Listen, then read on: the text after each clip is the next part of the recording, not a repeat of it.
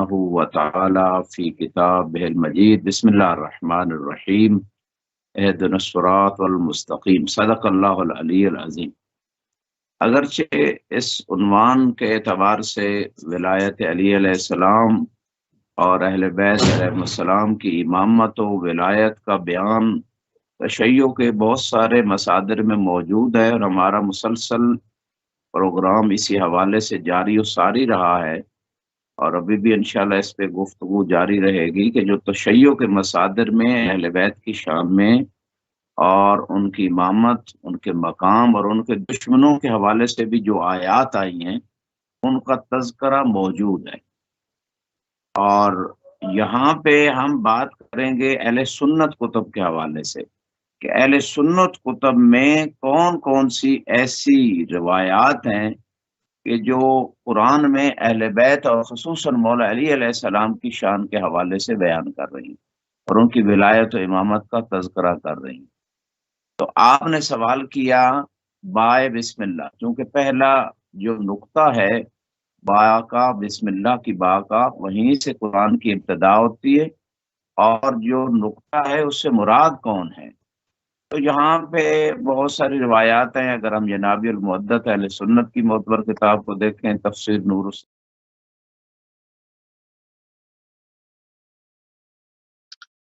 جی ناظرین، تھوڑی سی long distance کال کی وجہ سے تھوڑی سی پرابلم ہے۔ جیسے ہمارا رابطہ قبلہ کے ساتھ دوبارہ جڑ جاتا ہے، آپ کے گفتگو کو جو آپ کے بحث میں عرض کی جا رہی ہے اس کو جاری و ساری کریں گے۔ ہم اس میں کوشش کریں گے کہ آج جو ہمارا موضوع ہے ولایت امیر المومنین حضرت علی بن ابی طالب علیہ السلام اور قرآن،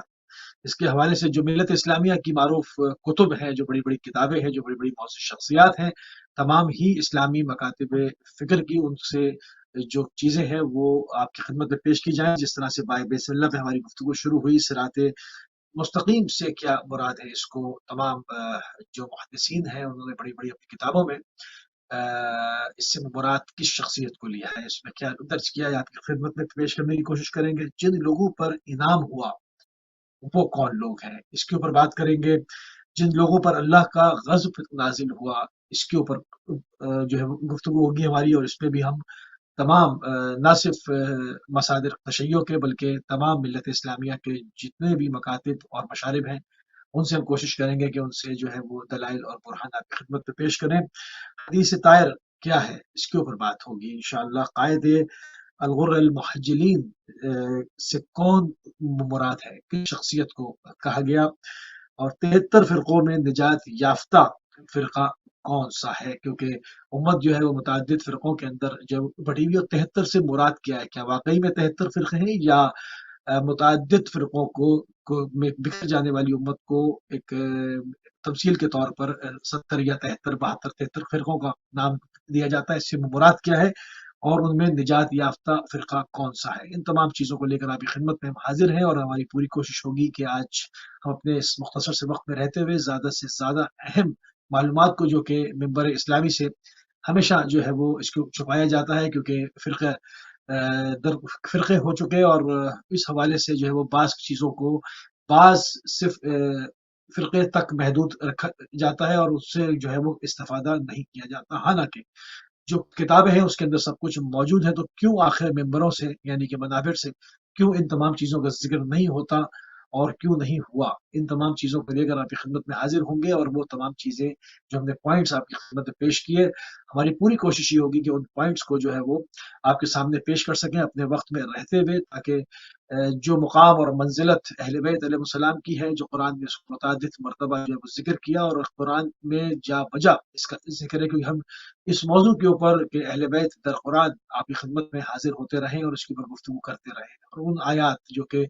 بعض محکم بھی ہیں اور بعض متشابہ بھی ہیں، ان کی تفسیر، ان کا ترجمہ آپ کے سامنے اس کو کھول کھول کے بیان کرتے رہیں۔ قبلہ اگر آپ کو ہماری آواز آ رہی ہے تو بسم اللہ اپنی گفتگو کو جاری کیجیے۔ جی، تو بائے بسم اللہ کے نقطے کے حوالے سے بات ہو رہی تھی، تو میں نے عرض کیا کہ تفسیر نور الثقلین میں بھی، جناب المعدت میں اور معتبر کتابوں میں ایک روایت موجود ہے کہ کل ما فی کتب السماویہ، کہ جو بھی آسمانی کتابوں میں اللہ نے نازل کیا ہے فہو فی القرآن، وہ قرآن کے اندر موجود ہے، وما فی القرآن فہو فی سورۃ الفاتحہ، اور قرآن کے تمام معارف اور علوم جو ہیں وہ سورہ فاتحہ میں ہیں۔ وجمیع ما فی سورۃ الفاتحہ فہو فی بسم اللہ الرحمن الرحیم،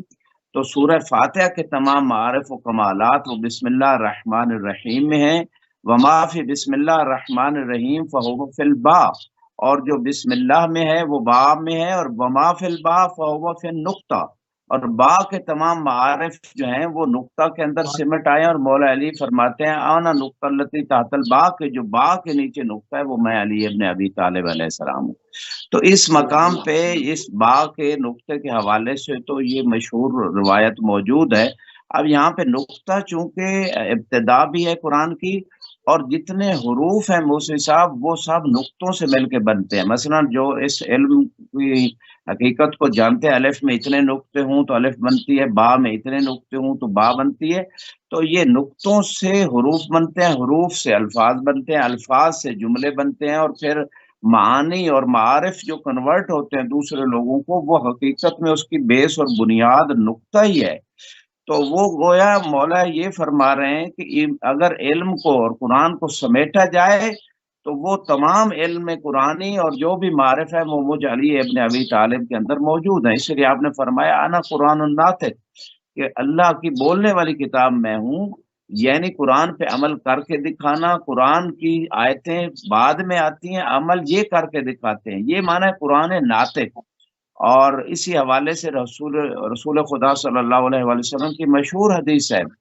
علی مع القرآن والقرآن مع علی، کہ علی قرآن کے ساتھ ہے، قرآن علی کے ساتھ ہے۔ یہاں پہ کچھ اہل سنت علماء کی اسی حوالے سے با کے نقطے کے حوالے سے جو روایات انہوں نے نقل کی یا ان کے اقوال، وہ بھی آپ کی خدمت میں پیش کر دیتا ہوں۔ یہاں پہ سب سے پہلے یہ نابی المعدت میں وہ روایت جو میں نے ابھی آپ کی خدمت میں پیش کی، اسی طرح آلوسی جو ہے یہ بغدادی، اس نے اپنی کتاب جلال العیون میں مناقب امام علی علیہ السلام کے ضمن میں یہ بات لکھی ہے کہ ہوا باب مدینۃ العلم و نقطہ تحت الباب، کہ یہ اہل سنت کے مفسر بھی ہیں، اور انہوں نے لکھا ہے کہ مدینۃ العلم یعنی رسول خدا کے دروازے کا نام علی ابن ابی طالب ہے، اور با کے نقطے کا نام علی ابن ابی طالب ہے۔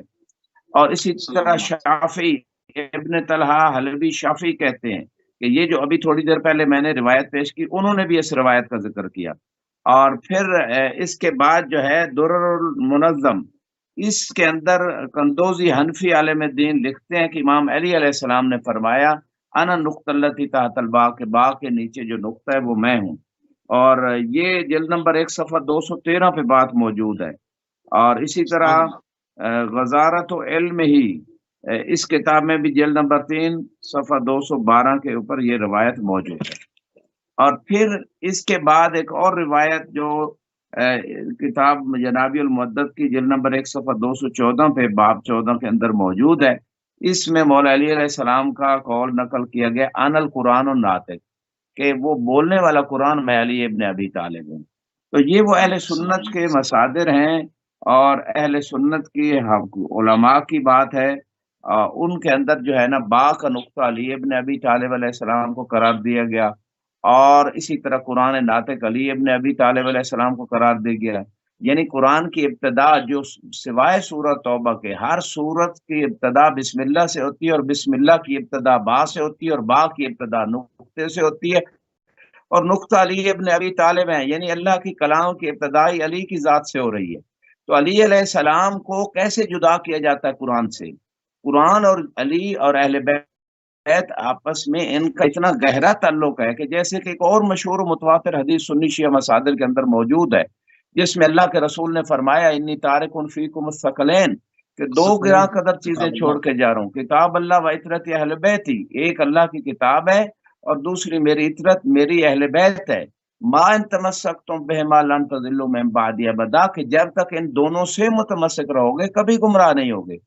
وَلَن يَفْتَرِقَا، جو ہمارا محل شاہد ہے کہ یہ دونوں ایک دوسرے سے جدا نہیں ہوں گے، قرآن اور اہل بیت ایک دوسرے سے جدا نہیں ہوں گے۔ رسول خدا کے بعد امت نے کوشش کی کہ اہل بیت کو الگ رکھا جائے، قرآن کو الگ رکھا جائے، بلکہ آخری وقت میں انہوں نے جب قلم دوات مانگی کہ تمہیں لکھ دوں میرے بعد گمراہ نہیں ہوگے، پتہ تھا وہی اہل بیت کے بارے میں لکھوانا ہے، قرآن کے بارے میں لکھوائیں گے، تو کسی نے کہا کہ حسبنا کتاب اللہ، کہ ہمیں اللہ کی کتاب کافی ہے، اور بہت سارے لوگوں نے وہاں رسول کی محفل میں اس کی تائید کی، اور اس سے مطلب سامنے یہ آتا ہے کہ جو لوگ فقط قرآن کو کافی سمجھتے تھے، چونکہ بہت ساری ایسی کتابیں ہیں جن کی سمجھ خود نہیں آتی، اگر خود سمجھ آتی تو یہ یونیورسٹیاں، یہ کالجز، یہ اسکول کیوں اربوں خربوں پوری دنیا میں خرچ ہو رہے ہیں اور معلم ان کے لیے معین ہو رہے ہیں؟ تو جو اللہ کی کتاب ہے، اللہ کے جو مطالب ہیں، جو مرادات ہیں، جو مقاصد ہیں، وہ سمجھنے کے لیے نمائندہ بھی خدا کی طرف سے ہو، جیسے کتاب اس کی طرف سے ہے، معلم بھی اس کی طرف ہو تو سورہ جمعہ میں والذی بعث فی الامین رسولا منہم یتلو علیہم آیاتہ ویزکیہم ویعلمہم الکتاب. تو تعلیم کتاب جو ہے نا وہ رسول خدا دیتے تھے، اور رسول خدا کے بعد کوئی ایسی ہر زمانے میں ہستی ہونی چاہیے جو الہی معلم ہو. جیسے رسول الہی معلم تھے، اسی طرح ہر زمانے میں ایک الہی معلم کی ضرورت ہے. یا علی، جیسے کہ بعض دوسری آیات میں بھی ارشاد ہوتا ہے انا منذر وانتا، یہ حدیث میں ہے انا منذر وانتا ہادن، اور قرآن میں ہے، جیسے قرآن میں ہے کہ وَلِكُلِّ قَوْمٍ ہادن، کہ ہم نے ہر قوم کے لیے ایک ہادی قرار دیا ہے، اور وہ ہادی خدا کی طرف سے ہے. تو خدا کی طرف سے جو ہادی ہوگا، جو ہدایت دینے والا ہوگا، وہ یقیناً وہ خدا کے ان معانی اور مقاصد جو قرآن کے اندر خدا کی کلام میں ذکر ہوا وہ جانتا ہوگا. ورنہ عام آدمی بعض چیزوں کو جانتا ہوگا، بعض کو نہیں جانتا ہوگا، پھر اس کو پوچھنا پڑے گا. اور راسخون فی العلم سے، کہ خود قرآن یہ کہہ رہے کہ وما یعلم تاویلہ الا اللہ والراسخون فی العلم، کہ اس قرآن کی تعویل کو، بہت ساری ایسی آیتیں متشابہات ہیں جن کی تعویل کو نہیں جانتے سوائے اللہ اور راسخون فی العلم، اور وہ محمد و آل محمد ہے. تو پھر ضرورت ہے معلم کی ہر زمانے میں. تو یہ جو بات اس مقام پہ حدیث میں بھی ثابت ہوا وَلَن يَفْتَرِقَ حَتَّى يَرِدَ عَلَيَّ الْحَوْض، یعنی حوض کوثر تک پہنچ جائیں گے، وہ جدا نہیں ہوں گے. قرآن اور اہل بیت جو جدا کرے گا وہ گمراہ ہو جائے گا. تو یہ حدیث رسول میں بھی ہے. خود جو ہے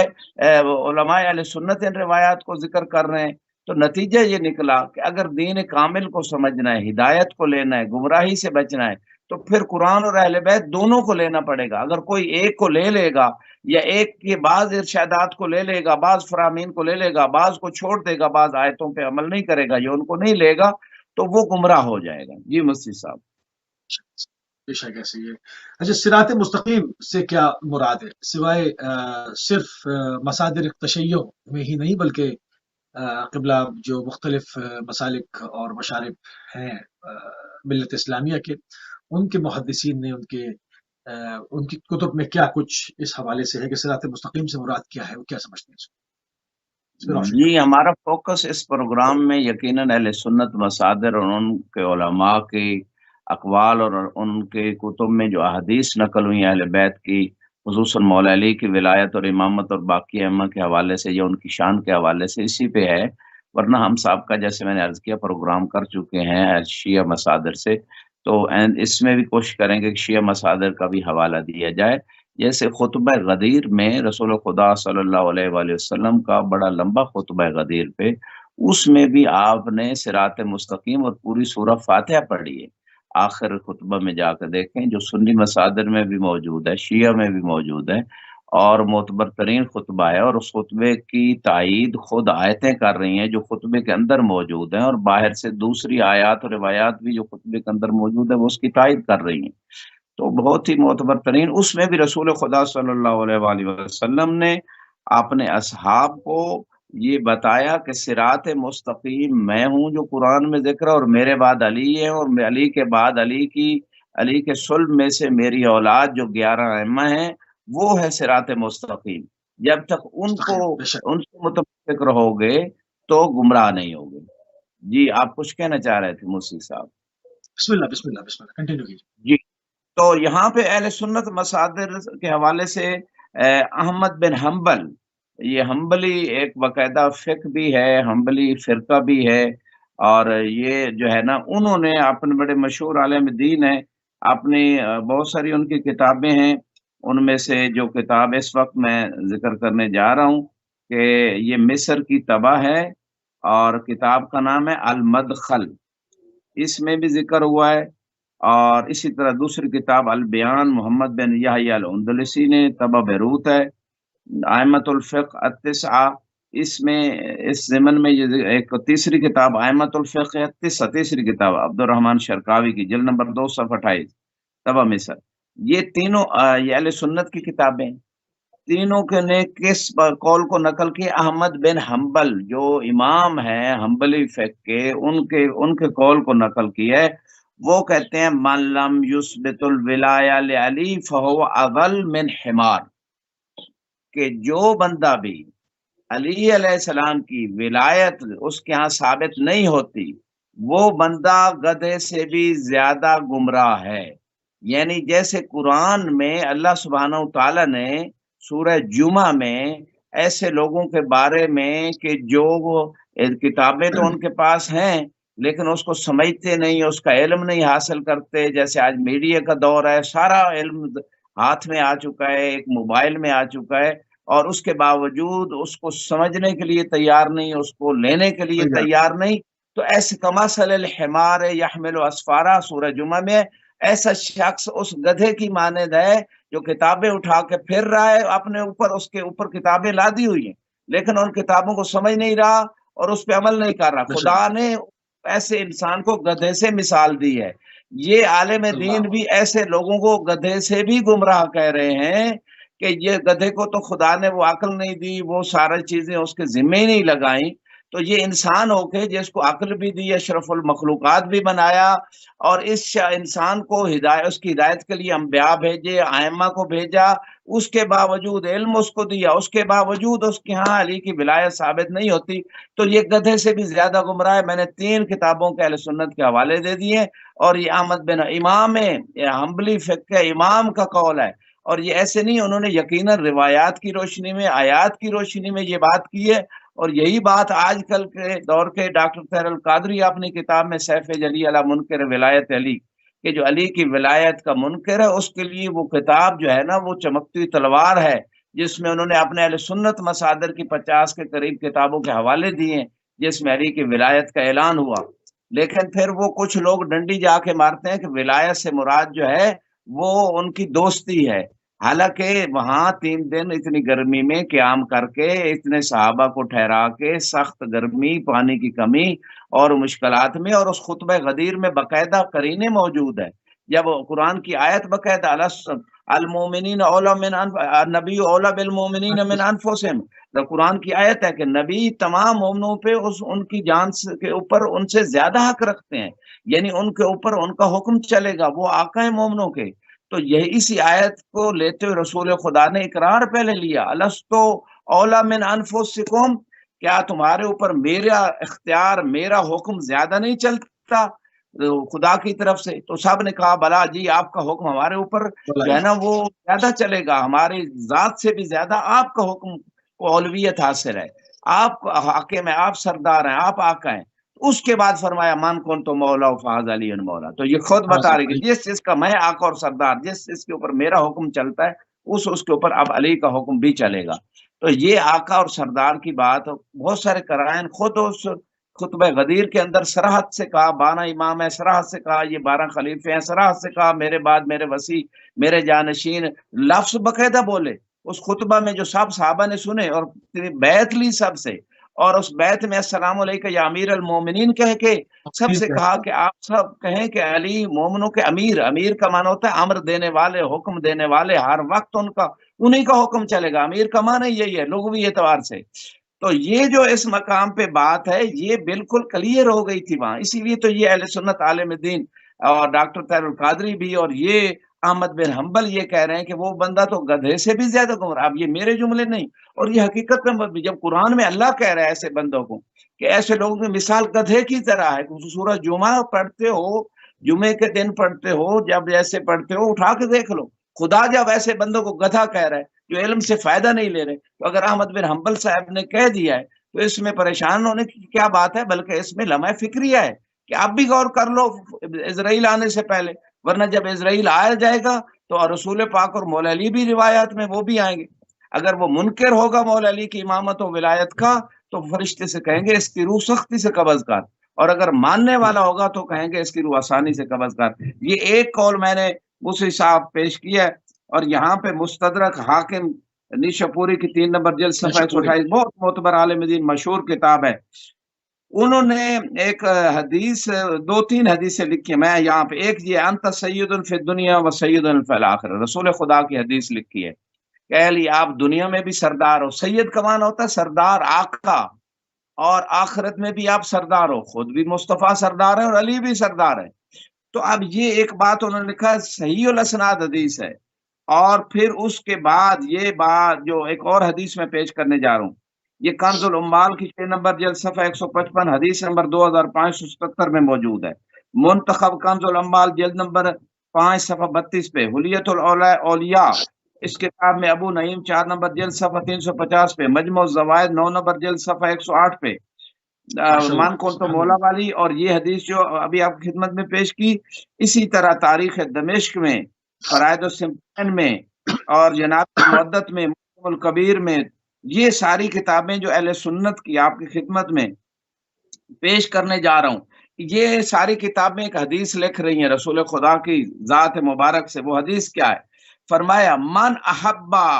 ان یحیا حیاتی و یموت مماتی، کہ جو بھی بندہ یہ پسند کرتا ہے کہ مجھ رسول جیسی زندگی گزارے، اور جب دنیا سے جائے تو جس طرح میں گیا ہوں اس طرح دنیا سے اس کی رخصت ہو اور موت ہو، وَيَسْكُنُ جَنَّةَ الْخُلْدَ الَّتِي وَعَدَنِي رَبِّي عَزَّ وَجَلَّ، اور جو بندہ یہ پسند کرتا ہے کہ ایسی جنت خلد ہمیشہ والی جنت میں رہنا چاہتا ہے کہ جس کا وعدہ میرے رب عزت و جلال والے رب نے مجھ سے کیا ہے، جو بندہ یہ چاہتا ہے کہ اس جنت میں رہے، فرمایا فَلْيَتَوَلَّ عَلِيَّ ابْنَ أَبِي طالب، بس وہ علی کو مولا مان لے، علی کی ولایت کا اقرار کر لے، علی کو آقا و سردار اور حاکم مان لے۔ یہ اللہ کے رسول فرما رہے ہیں، اور اتنی معتبر اور مشہور کتابیں جو اہل سنت کی میں نے پہلے ہی حوالہ دے دیا ہے۔ پھر فرمایا فَإِنَّهُ لَن يُخْرِجَكُم مِّنْ هُدًى وَلَن يُدْخِلَكُم فِي ضَلَالَةٍ، کیوں علی کو آقا و مولا مان لے؟ اب یہاں مولا کا معنی دوست نہیں ہے، مولا کا معنی اگلے لفظ سے ثابت ہو رہا ہے کہ آقا ہے، سردار ہے۔ کیوں؟ کیونکہ علی تمہیں گمراہی میں داخل نہیں کریں گے اور ہدایت سے باہر نہیں نکالیں گے۔ یہ روایت اس مقام پہ بالکل واضح ہے کہ علی کو مولا اور آقا ماننا ہے اگر جنت جانا چاہتے ہو، جنت جانے کا شوق، جنت کے لیے سارے عمل، اور جو جنت تقسیم کرنے والے ہیں، یا علی انت تقسیم الجنہ والنار، حدیث مبارکہ مشہور ہے سنی شیعہ کتاب ہے، علی جنت بھی آپ تقسیم کریں گے، جہنم بھی آپ تقسیم کریں گے۔ تو جو جنت و جنت تقسیم کرنے والے، اس سے ہو دشمنی اور جنت جانے کا شوق، یہ کیسا پاگل انسان ہے جو ایسا کر رہا ہے۔ اور پھر دوسری بات ہے اس مقام پہ جو آپ کی خدمت میں عرض کرنا چاہتا ہوں کہ یہ ساری روایتیں جو بتا رہی ہیں کہ مولا علی علیہ السلام کی ولایت کے بغیر جنت نہیں جا سکتا، مولا علی علیہ السلام جو ہے وہ ہدایت سے انسان کو باہر نہیں نکالتے اور گمراہی میں داخل نہیں کرتے، بلکہ عمار سے، اہل سنت مصادر میں بھی وہ روایت اگلی تیسری روایت پیش کرنے جا رہا ہوں، عمار سے آپ نے ارشاد فرمایا تھا، اے عمار لو سلک الناس کلہم فی وادی، اگر سارے لوگ ایک وادی میں چل رہے ہوں، وسلک علی وادین، اکیلے علی دوسری وادی میں چل رہے ہوں، فسلک مسلک علی،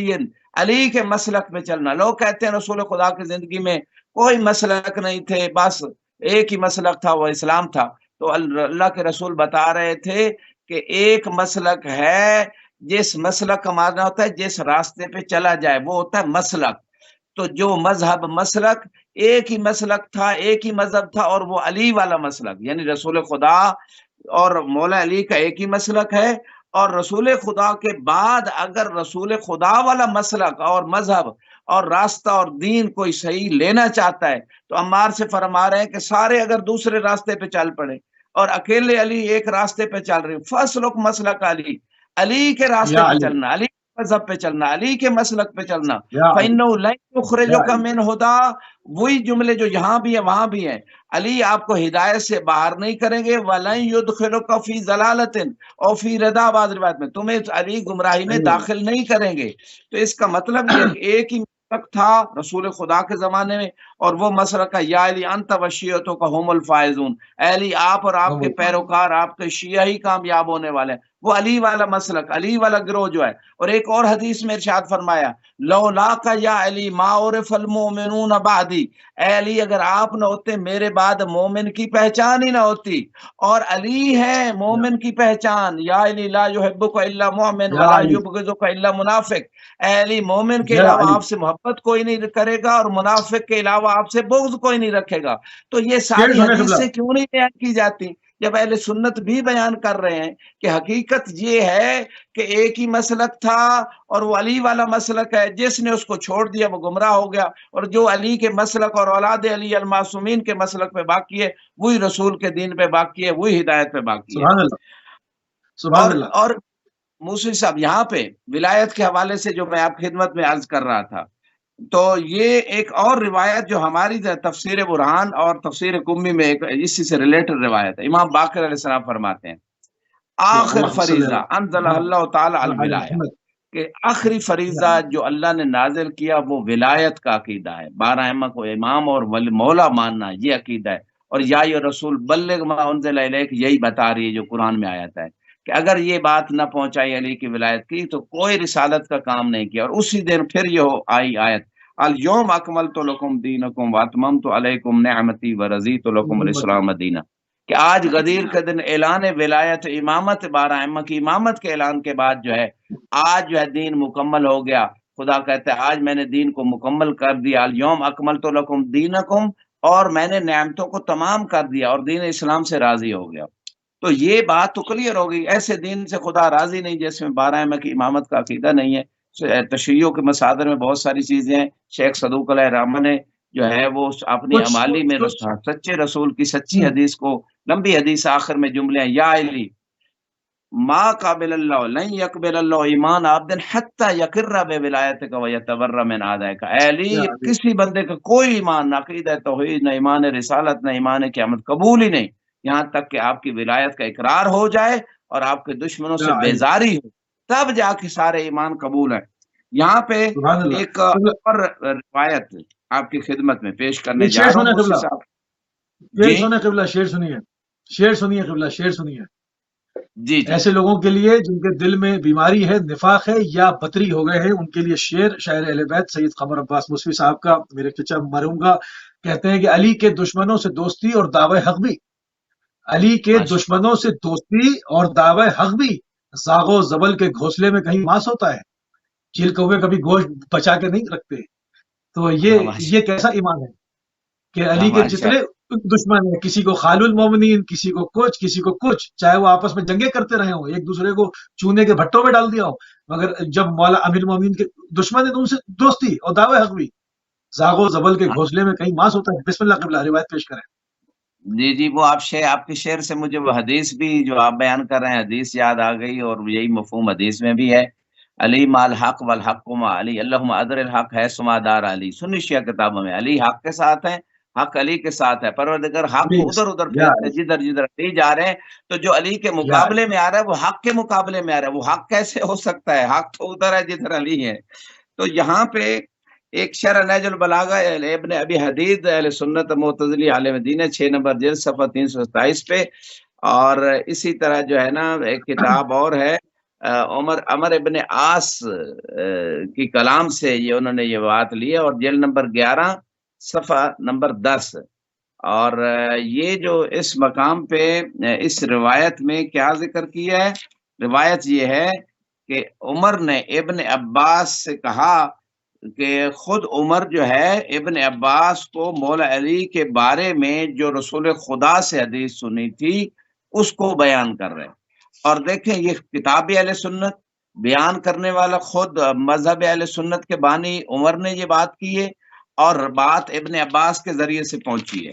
اور وہ بات کیا ہے، ان احراہم ان یحملہم علی کتاب ربہم، کہ علی وہ ہے، علی کی صفت بیان کرتے ہوئے یہ جو رسول خدا سے بات انہوں نے سنی کہ علی وہ ہے کہ یہ تمام لوگوں کو اللہ کی کتاب کے مطابق چلائیں گے، بس سنت نبی اہم، اور ان کے نبی لوگوں کے نبی کی سنت کے مطابق لے کے چلیں گے، لے صاحبک، یعنی یہ صاحبک ابن عباس سے کہہ رہے ہیں عمر کہ آپ کا جو صاحب ہیں یعنی علی ابن ابی طالب، ان کے بارے میں نے رسول خدا سے یہ سنا ہے کہ اگر کوئی سنت نبی کے مطابق چلا سکتا ہے لوگوں کو اور خدا کی کتاب کے مطابق چلانے والی ہستیاں وہ علی ہیں. پھر فرمایا واللہ، اب عمر کی بات ہے، یہ حدیث نبی کے بعد اب عمر کی بات ہے. واللہ لئن ولیہ لیحملنہم علی المحجۃ البیضاء والصراط المستقیم، کہ اگر یہ ولایت اور یہ خلافت علی کو مل جائے، اللہ کی قسم عمر کہہ رہے اگر یہ مل جائے تو یہ تمام لوگوں کو روشن دلیل اور سیدھے راستے پہ لے کے چلیں گے. یہ خود اقرار کر رہے ہیں. تو جب یہ اقرار کر رہے ہیں تو پھر ان کو خلافت دی کیوں نہیں گئی جو غدیر پہ ان کے لیے اعلان ہوئی؟ اور یہ فقط اقرار اس لیے بعض اوقات کیا جاتا ہے کہ دوسری طرف کے جو ہے نا دلوں کو اپنے ساتھ ملانے کے لیے، نرمی کے پیدا کرنے کے لیے، بہرکیف جو بھی اس پہ مسالے مقاصد تھے. تو ایک اور بات جو ہے وہ سالبی بہت مشہور ان کا عالم دین اہل سنت کا اپنی تفسیر کشف البیان میں وہ ایک اہدنا الصراط المستقیم کے حوالے سے لکھتے ہیں کہ صراط مستقیم جو ہے، اس میں جو ہم 5 وقت نمازیں پڑھتے ہیں اور اللہ سے کہتے ہیں کہ ہمیں صراط مستقیم دکھا، جو اہل سنت نے ترجمہ کیا ہے. بھائی غدیر پہ دکھا تو دیا تھا اللہ کے رسول نے ہاتھ بلند کر کے، اور بتا بھی دیا تھا کہ صراط مستقیم میں ہوں اور میرے بعد یہ 12 امام ہیں، یہ صراط مستقیم ہے، ان کی سیرت، ان کا عقیدہ، ان کا عمل، یہ صراط مستقیم ہے. اب پھر دیکھنے کے بعد، رسول کے بتانے کے بعد، اب پھر کہہ رہے دکھا تو روز قیامت اللہ کہہ دے گا کہ 1,24,000 جو صحابہ تھے میرے نبی نے تو دکھا دیا تھا صراط مستقیم، بتا بھی دیا تھا کہ جن کی وجہ سے گمراہ نہیں ہوگے، جگہ جگہ بتایا تھا کہ کتاب ہے اہل بیت ہے، کتاب ہے اہل بیت ہے. تو پھر کیا جواب ہوگا؟ تو یہاں پہ یہ کہتے ہیں مسلم بن حیان سالوی اپنی تفسیر میں اس آیت کے ضمن میں لکھتے ہیں کہ انہوں نے ابا بریدہ سے سنا یقول صراط محمد و علی، صراط مستقیم جس کی بات قرآن میں ہو رہی ہے کہ پروردگار ہمیں سیدھے راستے پہ قائم رکھ، وہ محمد و آل محمد کا راستہ ہے. جو سیرت، جو عمل، جو کام انہوں نے کیا وہی سیدھا راستہ ہے. وَتَعَوُّذْ عَنِ الصِّرَاطِ مَنْ غَضِبَ اللَّهُ عَلَيْهِ، اسی طرح خدا سے پناہ مانگنی چاہیے اس راستے سے، ان لوگوں کے راستے سے کہ جن کے اوپر اللہ کا غضب نازل ہوا ہے. تو یہ آثار بھی اپنی تفسیر میں لکھتے ہیں. اسی طرح ابن عباس سے ایک اور مقام پہ، کتاب کا نام ہے غایۃ المرام، صفحہ 246 پہ اہل سنت مصادر سے لی گئی ہے یہ روایت، یعنی ان کے راویوں سے. یہ اس میں بھی اہدنا الصراط المستقیم سے مراد وہ کہتے ہیں قولوا معاشر العباد ارشدنا الی حب محمد و اہل بیتہ، کہ صراط مستقیم سے مراد اہدنا سے کیا مراد ہے کہ پروردگار ہمیں محمد اور آل محمد کی محبت کی طرف رشد فرما. یہ دعا مانگی جا رہی ہے. اور ایک اور حدیث آئی ہے جس میں کہا گیا کہ 2 صراط ہیں، ایک دنیا میں ہے صراط، ایک آخرت میں ہے. اگر اور جو دنیا کی صراط ہے وہ ولایت اہل البیت، روایت میں آیا ہے کہ دنیا میں جو سیدھا راستہ ہے وہ اہل بیت کی ولایت، ان کو مولا ماننا، ان کے حکم کو ماننا، ان کے عقیدے کے مطابق عقیدہ بنانا، ان کے عمل کے مطابق عمل کرنا. بس ثانی صراط الاخرہ، اور دوسری آخرت کی صراط ہے. اے اہدنا الطریق الحق للاعتقاد والصراط المستقیم هو امام علی ابن ابی طالب، تو سیدھا راستہ علی ابن ابی طالب ہے. تو جو آخرت کی پل صراط ہے اس پہ بھی علی بیٹھے ہوں گے. مجھ صاحب روایات ہیں بہت ساری کے جو ہے، بلکہ اہل سنت کے پہلے بانی اور امام ابو بکر کی مشہور حدیث اہل سنت کتابوں میں ہے کہ لا یجوز احد الصراط، انہوں نے کہا کہ میں نے رسول خدا سے ان کانوں سے سنا، انہوں نے فرمایا لا یجوز احد الصراط الا بجواز من علی ابن ابی طالب، کہ کوئی بندہ پل صراط سے جو جہنم کے اوپر ہے گزر ہی نہیں سکے گا الا جب تک کہ علی کی طرف سے اس کو اجازت نامہ نہیں ملے گا. تو علی کی اجازت کے نامے کے بغیر نہ اس پل صراط سے گزر سکتا ہے، ورنہ جہنم گر جائے گا اگر علی کے ہاتھوں کو لکھا ہوا اجازت نامہ نہیں ہوگا.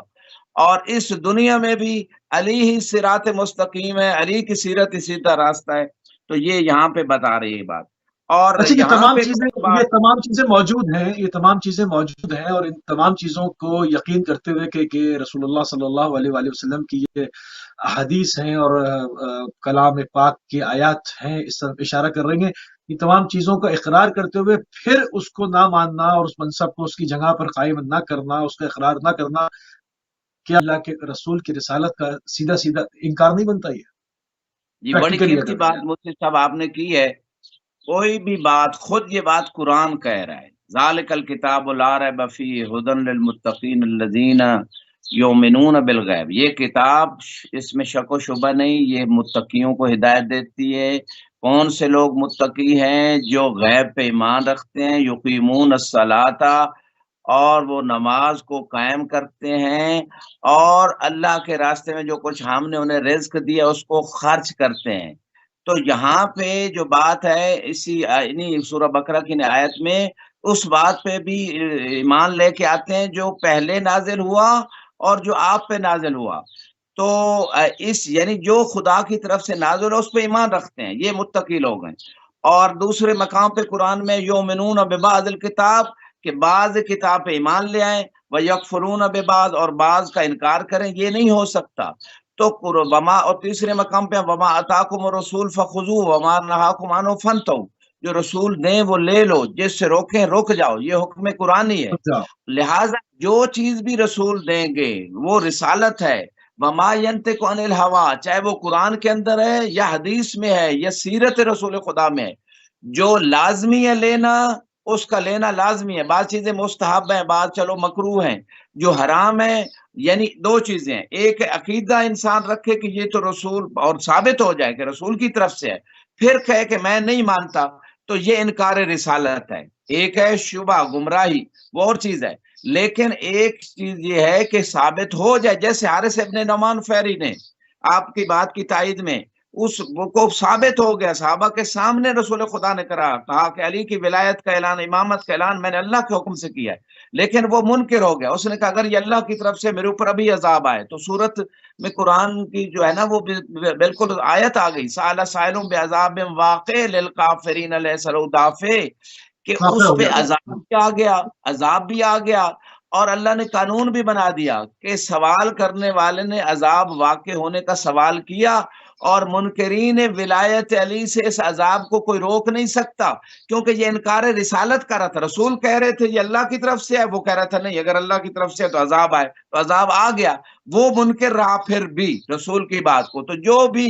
علی کی امامت ہو، اس واقعے سے، قرآنی واقعے سے ثابت ہو گیا، جو بھی بارحمہ کی امامت کا یا کوئی بھی جو لازمی حکم اسلام ہے اس کا منکر ہو جائے جاننے کے باوجود، وہ رسالت کا منکر ہے، وہ اسلام سے خارج ہو جاتا ہے، وہ بے شک جتنے مرضی کلمے پڑھتا رہے. لیکن جو ہے ظاہری طور پہ کلمہ پڑھنے سے اس کا حکم اسلام کا لگے گا، روز قیامت اس کا حساب جیسے قرآن نے کہا ہے منکرین والا، کافروں والا ہوگا. جی بالکل صحیح. اچھا، قائد الغر المحجلین سے مراد کون ہے، اور اس کے لفظ کا اردو ترجمہ بھی کر دیں. جی، اس پہ مجھے صاحب تھوڑا سا میں ایڈ کروں گا آپ کے صاحب کا کوشچن کے آنسر میں، کہ یہاں پہ کچھ ہماری کتابوں میں بھی ایک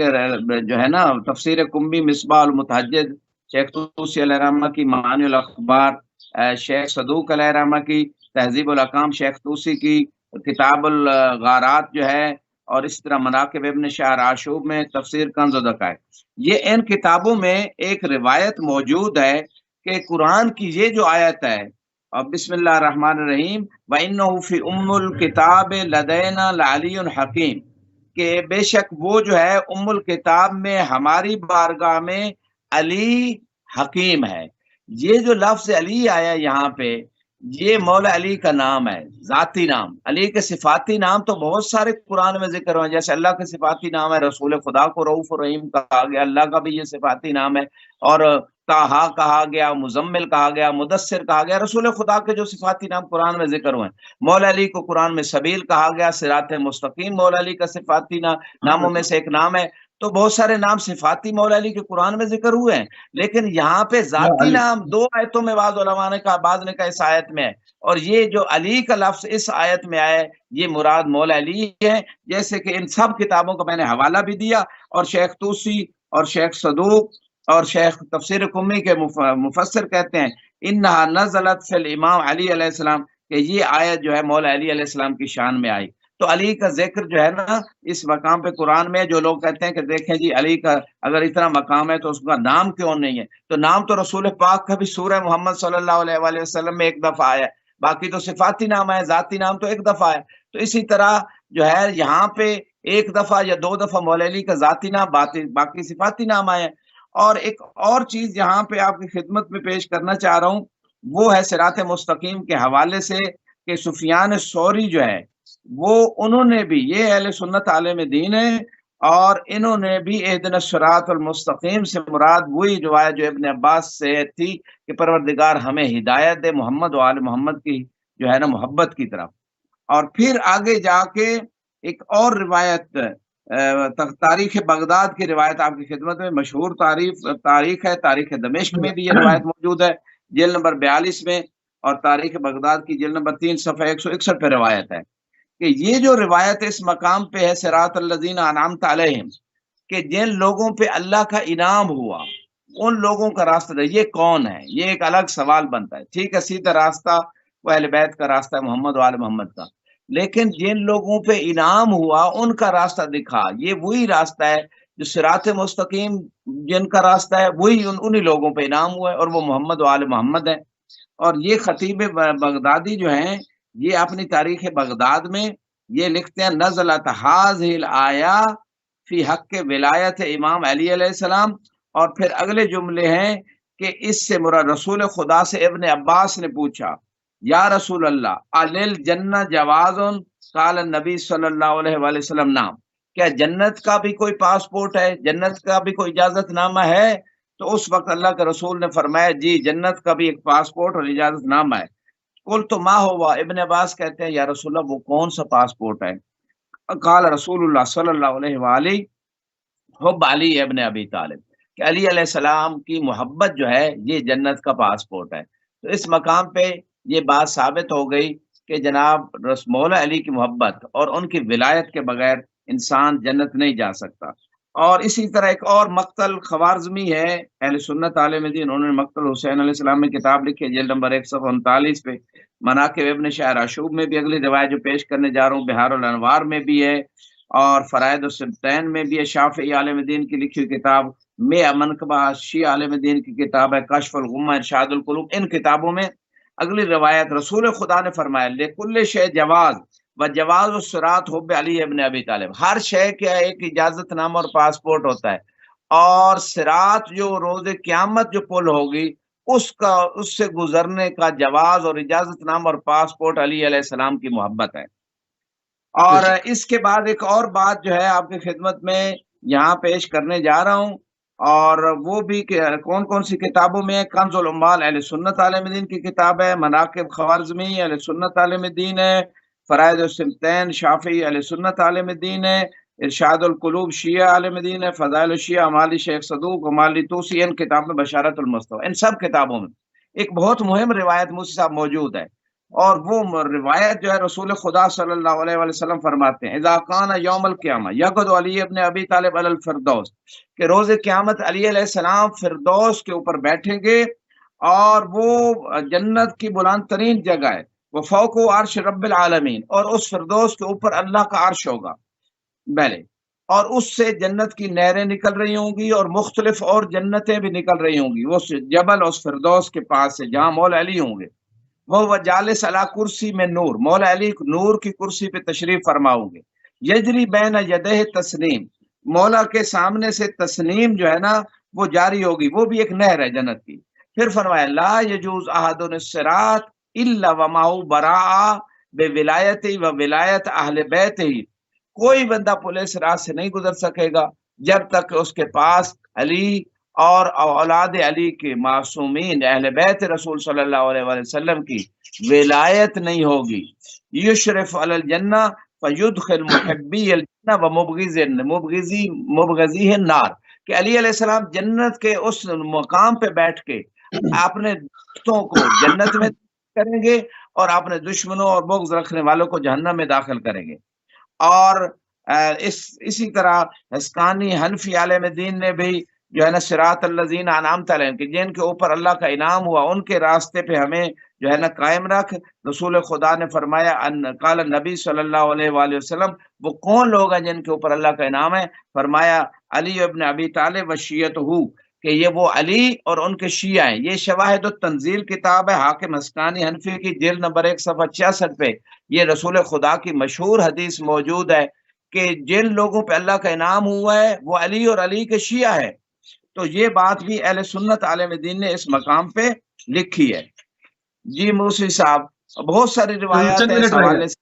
جی چند منٹ رہ گئے، اس کو اسی پروگرام کو اگلے جمعے کو کنٹینیو کریں گے انشاءاللہ۔ جو پوائنٹس رہ گئے ہیں ہمارے پاس تقریباً 2 منٹ ہیں، قائد غر المحجلین سے کیا مراد ہے اس پر تھوڑی سی گفتگو کر لیں، باقی جو ہے وہ ہم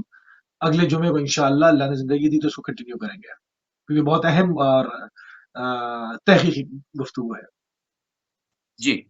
تو یہاں پہ اسی نقطے کو جو آپ کا سابقہ کوشچن ہے اسی نقطے پہ چند ایک اور مزید روایات امام باقر علیہ السلام سے مناقب ابن شعراشوب میں، اور اس میں آپ نے یہ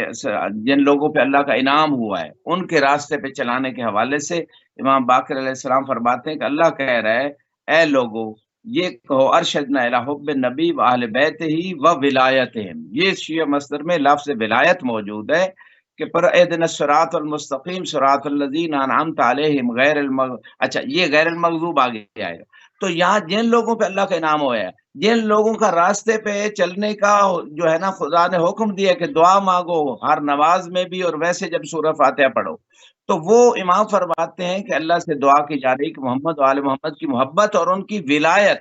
یہ لفظ ولایت بعض اہل سنت مصادر میں اس کو حذف کیا گیا ہے یعنی اس مقام پہ، اور شیعہ مصادر میں یہ بھی موجود ہے۔ ہاں بعض اہل سنت میں ولایت کا تذکرہ بھی موجود ہے۔ اور اسی طرح ایک اور روایت آپ کی خدمت میں کتاب احتجاج میں مولا علی علیہ السلام فرماتے ہیں کہ ہم اصحاب اعراف ہیں اور ہم اپنے چاہنے والوں کو ان کی پریشانیوں سے پہچان لیں گے، اور اعراف مقام ہے جنت اور جہنم کے درمیان، اور جنت میں نہیں داخل ہوگا لا يدخل الجنہ الا من عرفنا وعرف الا من عرفنا وعرفنا، جنت میں وہی داخل ہوگا کہ جو ہمیں جانتا ہوگا، ہمیں پہچانتا ہوگا، ہماری معرفت رکھتا ہوگا اور ہم اسے پہچانتے ہوں گے۔ ولا يدخل النار الا من انکرنا وانکرناہ، جہنم میں وہی داخل ہوگا کہ جس کا ہم انکار کر دیں گے اور جو ہماری امامت و ولایت کا انکار کر دے گا۔ اور اس کے بعد 30 سیکنڈ فرمایا آگا، جی 1 منٹ رہ گیا سر، تقریباً 1 منٹ بس۔ اسی روایت کے آخر میں فقال فی من عدل عن ولایتہ، من عدل عن ولایتنا، مولا علی فرماتے ہیں جس نے ہماری ولایت کو چھوڑ دیا، وفضل علینا غیرنا، تو جس نے ہمارے غیر کو ہمارے اوپر فضیلت دی، فإنهم عن الصراط لناکبون، یہی سیدھے راستے سے بھٹکے ہوئے لوگ ہیں، اور روز قیامت بھی یہ ان کا مقدر کیا ہوگا۔ اور رسول خدا صلی اللہ علیہ وآلہ وسلم کی یہاں ایک مشہور حدیث ہے، یا علی اخوانوں کا یفرحون فی بعض روایت میں ان محبی کا یفرحون فی ثلاث مواطن، کہ آپ کے حبدار 3 30 جگہ سیکنڈ بہت خوش ہو جائیں گے۔ ان خروج انفسہم، جب ان کی جان نکل رہی ہوگی اس وقت خوش ہو جائیں گے۔ اور پھر فرمایا عند المسألہ فی القبور، جب قبروں میں سوال کیا جائے گا اس وقت خوش ہو جائیں گے۔ وعند العرض علی اللہ، جب اللہ کی بارگاہ میں اور جب صراط کے اوپر ہوں گے تو اس وقت خوش ہو جائیں گے۔ سلامت رہے موسوی صاحب۔ جزاک اللہ قبلہ، جزاک اللہ، بہت ہی اہم اور تحقیقی گفتگو کا سلسلہ جاری وساری تھا، اور چونکہ ہمارے پروگرام کے دامن وقت میں مزید جو ہے گنجائش نہیں رہی تو انشاءاللہ اسی موضوع کو مولا امیر المومنین حضرت علی بن ابی طالب علیہ السلام اور قرآن اور اس کے سارے مصادر جو ہے وہ لیں گے ہم، جو ہے وہ اہل سنت اور مختلف مسالک جو اسلامی ہیں ان کے بڑی بڑی کتب سے جو آپ کے سامنے پیش کیا، اس کو ہم کنٹینیو کریں گے انشاءاللہ اگلے جمعے کو، اگر پروردگار نے زندگی دی تو۔ اس وقت انتہائی مشکور ہے اور انتہائی ممنون ہے جناب علامہ سید نسیم عباس نجوی صاحب آپ کے کہ آپ نے ایک مرتبہ پھر اپنا قیمتی